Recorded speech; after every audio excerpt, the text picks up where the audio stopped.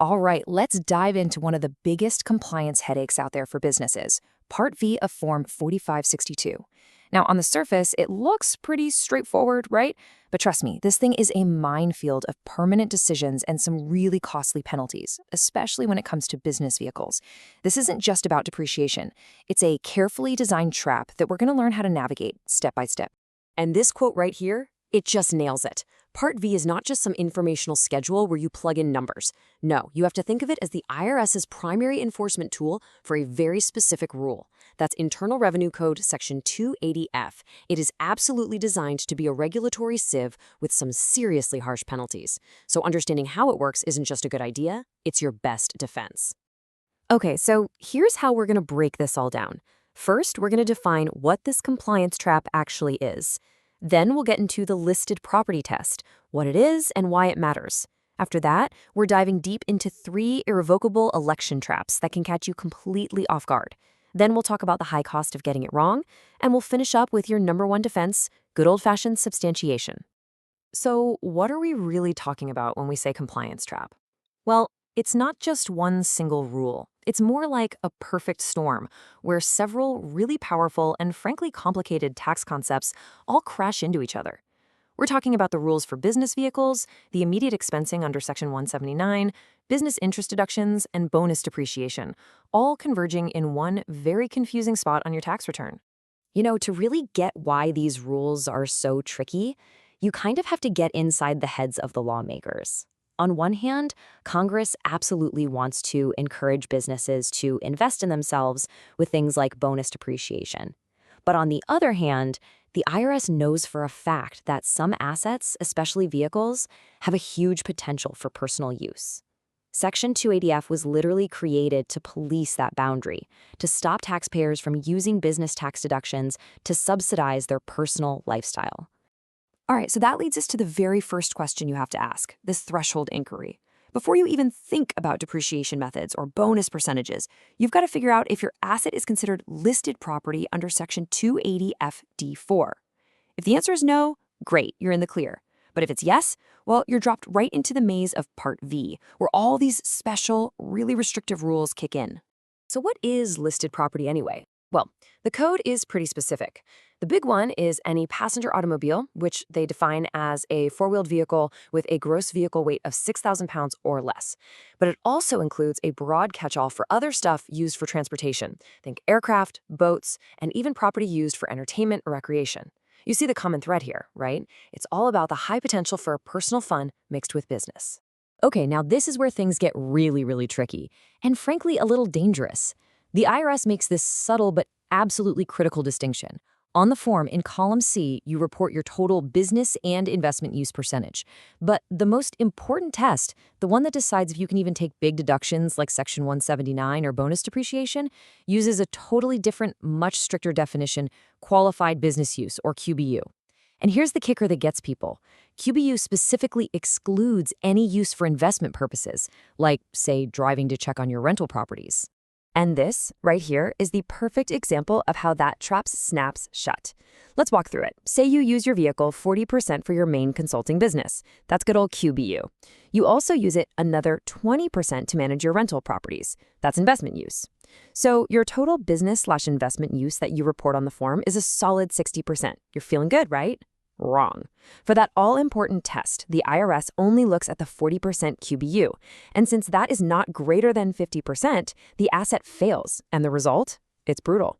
No Section 179, no bonus depreciation. You are forced to use the much, much slower Alternative Depreciation System, or ADS. Okay, so we've just seen how simply using an asset in a certain way can completely torpedo your big deductions. But the traps, they get even more subtle. Let's move on to what I think is the heart of the matter, these irrevocable elections. These are choices you make, sometimes without even realizing it, that are permanent and can have massive, unintended consequences down the road. So our first trap actually pops up in a place you might not even be looking. The rules for business interest expense limitations. That's Section 163J. Now, some businesses, especially in real estate, can choose to elect out of this limitation, which sounds like a great deal. But that election comes with a very significant string attached that can boomerang back and hit your vehicles. I want you to think of it like a chain reaction, a real domino effect.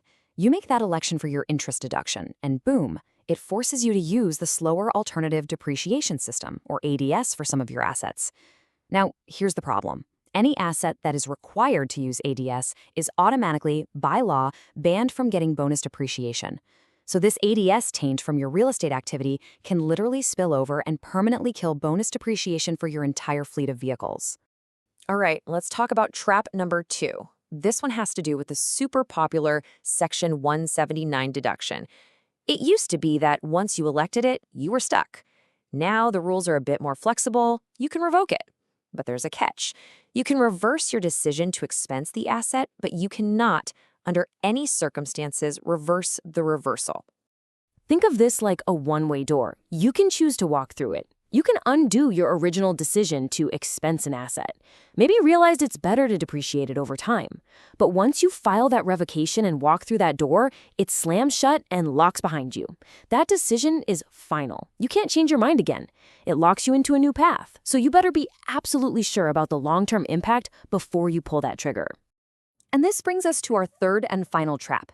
And honestly, this might be the sneakiest one of all because it is so incredibly easy to fall into by complete accident. The law lets you elect to use the Alternative Depreciation System for any class of property.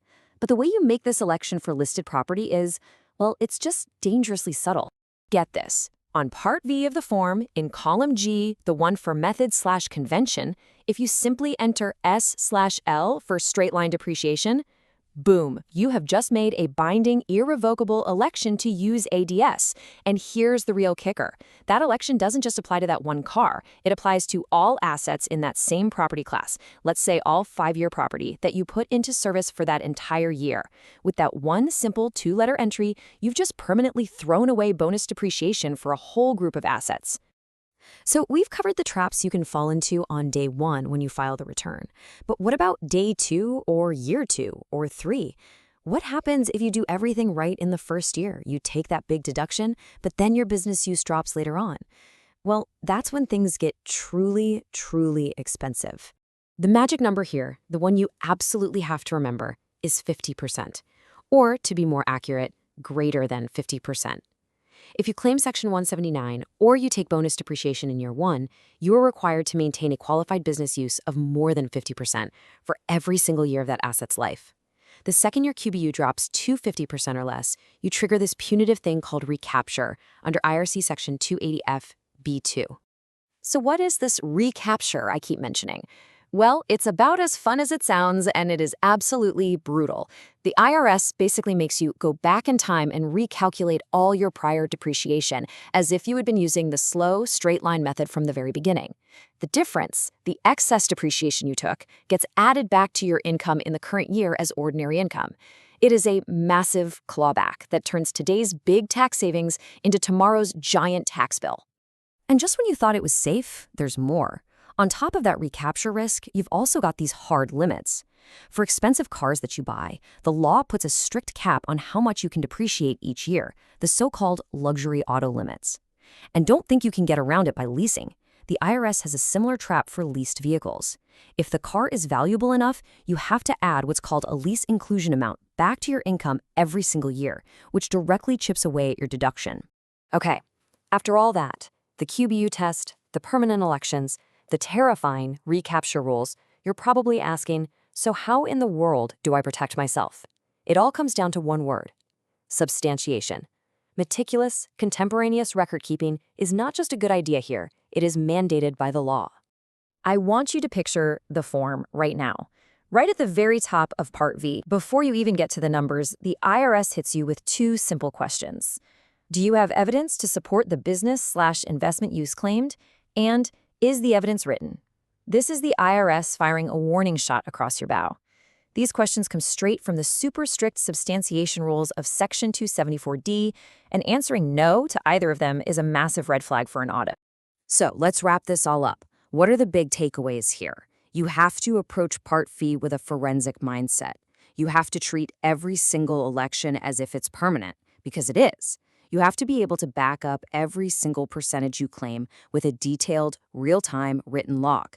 And maybe most important of all, you always have to weigh that shiny benefit of a big deduction today against the very real volatility of your future business use and that painful risk of recapture. And that's really what it all boils down to, isn't it? It's this fundamental question that this whole section of the tax code is forcing you to confront.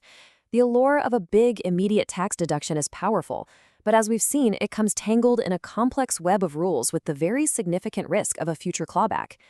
Answering this question thoughtfully and carefully is the absolute key to navigating this compliance trap.